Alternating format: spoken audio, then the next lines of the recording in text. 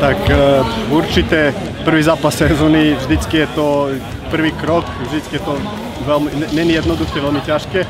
A myslím, že sme sa sústredili, že sme dobre začali ten zápas, aj keď tam bolo samozrejme určite veľa chyb, ktoré sa budeme snažiť odstraniť.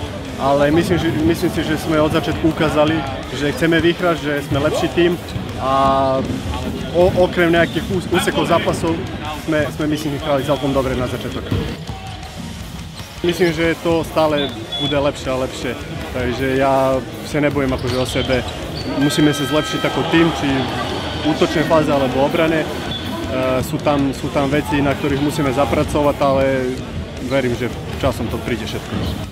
Dobre sa cítim, som dobre pripravený, len je otázka času, ako sa rýchlo zapracujem tu, aby som mohol hrať na ešte väčšej úrovni. Ďalší zápas bude s Komárnom a myslím si, že budeme vás určite potrebovať a teším sa, že príďte vo veľkom počte a sľubujem vám, že urobíme všetko, aby sme mohli vyhrať.